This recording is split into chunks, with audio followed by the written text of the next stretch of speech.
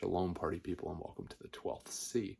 It is November 23rd, 2022, day 53 of 75 hard for me. I did complete my run this morning, and I did it in 7 minutes and 5 seconds. That countdown timer really is helping. I'm glad, and I'm going to stick with that. I'm glad I switched to it. I set it for 7 minutes and 15 seconds and completed in 7:05, so I'm going to keep it up, see if I can break 7 tomorrow without much issue. Then let's see.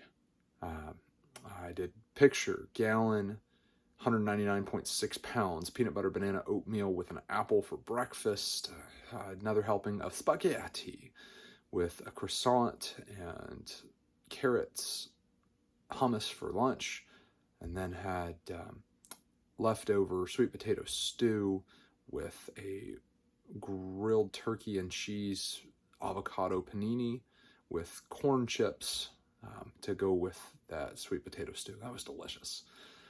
All in all, just trucking along, finished Jocko Willink's book, Extreme Ownership, and we'll probably move on to 12 More Rules for Life. I've got that one borrowed, and I have a few more days before I need to return that one to the library. So I'm going to try and knock that one out fairly quickly before I move on to Killing Sacred Cows. I did go through John chapter 3 through 12, finished out that Bible reading for the day. All in all, just kind of want to pontificate a little bit on just some things that have been chewing, stewing, whatever. So, default aggressive is something that I've been kind of chewing on for a little bit out of extreme ownership. It's something that I used to be a really aggressive person and over assertive. And it's something that I had the realization with some help from some very loved friends that I didn't need to be that way anymore. And I think I really overcorrected, and I made myself default timid. And not that I was like afraid to back down or anything like that, but I just purposely let people walk all over me. And some of it was just not wanting to get into conflicts that didn't matter, and other of it was like purposely like, hey, I need to be submissive and subservient and, scale back. And it's something that really became unhealthy because I let people walk all over me. I had supervisors who I would not stand up to when things were wrong, and that caused a lot of problems. I had relationships where I would let the other person just, chew me up and spit me out. And I had friendships where, I didn't speak up, and things that mattered that I just let pass by. And that's something when if you're default aggressive and you're making decisions and you are not backing down when you have said and done something that is right, obviously if you're wrong, admit it, own the mistake and move on. But so many of us allow people to walk all over us. And I really like what Jordan Peterson has to say about meekness. The concept of being meek is not being weak. It's not letting people walk all over you. It's not just rolling over and taking something. Being meek is, at least according to his definition, is when you have the ability to destroy someone and you voluntarily choose not to keep your sword sheathed, unless you desperately need to pull it out and use it. I was listening to Mike Winger talk about how it's really interesting, and something that people tend not to reconcile is that Jesus told his disciples to carry a sword, to sell their cloak and buy a sword. And it was implied that they had to know how to use it. And that's something that people tend not to spend a whole lot of time talking about. And our Messiah was going in and saying these things to the people who were following him on a very, very regular basis. The flip side, when the situation presented itself, where they would have been very justified to use force to break free, he's told them, hey, no, now's not the time. go ahead and sheath it. So there is a time when we do need to submit, when we do need to be subservient, even if we may even be in the right. But there's also times when it is right to unsheath that sword. And so Jordan Peterson goes in and talks about how that meekness is someone who is dangerous and disciplined. And they're dangerous because they know how to use that sword effectively. But they are disciplined enough to keep that sword in its sheath for most of those situations. And I think with my default timidness, it was that I was choosing not to learn how to use my sword, so to speak. I was choosing not to learn how to not use my aggression, because there is a righteous time to be aggressive, and there is a time when we need to submit to authority, even if that authority is not doing what's right, because the Father's calling us to, hey, this is my plan. Like, okay, yes sir, check. But there's other times when if we don't speak up for those who are being oppressed, are we as guilty as the oppressors for not stopping what's wrong? So there's a fine balance, and I think we need to have a sword and know how to use it, and I think we need to have the discernment to know when not to use it. So kind of go back and forth in that. But a conversation that a coworker and I were having today was about,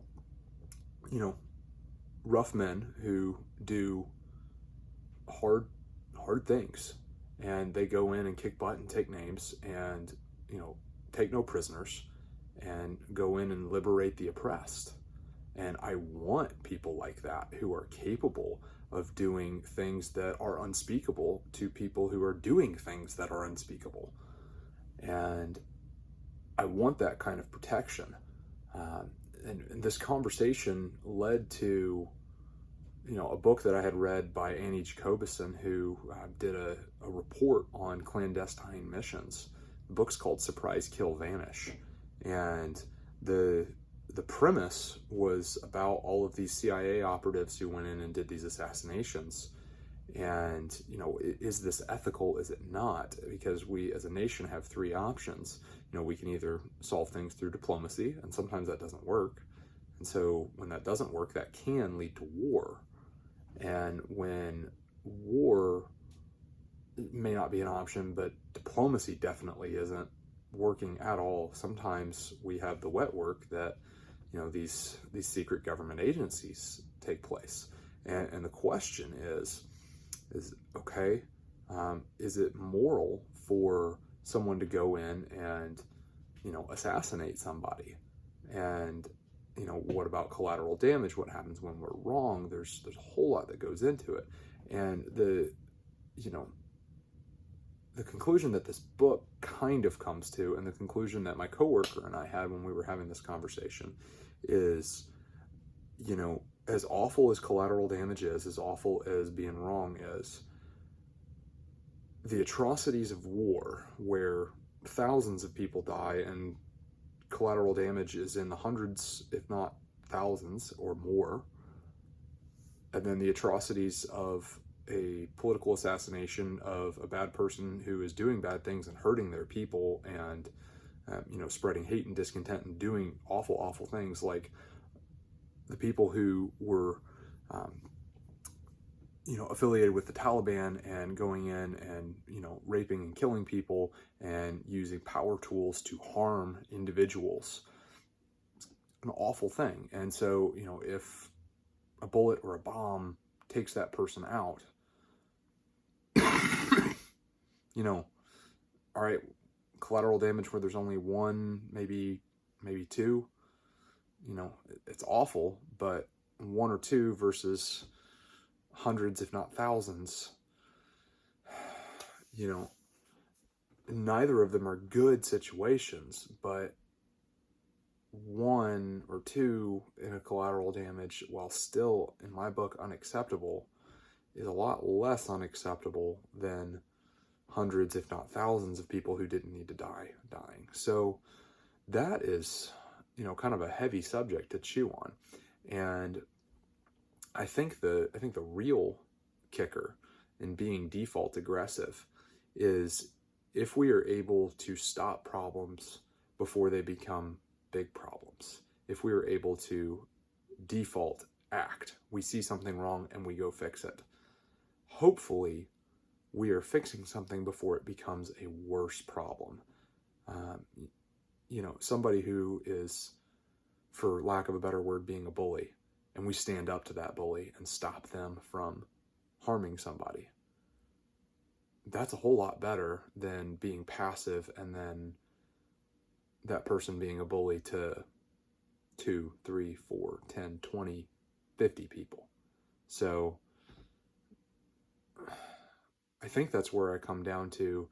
This is something that I've been working on for a while, but I need to do a better job of, all right, see something, do something, not say something, not put my head down. It's, okay, hey, this needs to get done now. And that's not always, aggressive things either, where, physically acting is necessary, where we're talking like physical pain. But hey, I see a problem around the house, just do something about it. Instead of complaining, instead of like, oh, I wish somebody would, like, well, maybe I'm somebody and I need to go do something. So that concept in and of itself, default aggressive, get up and do something about what you see wrong in the world. Gandhi, be the change you want to see in the world.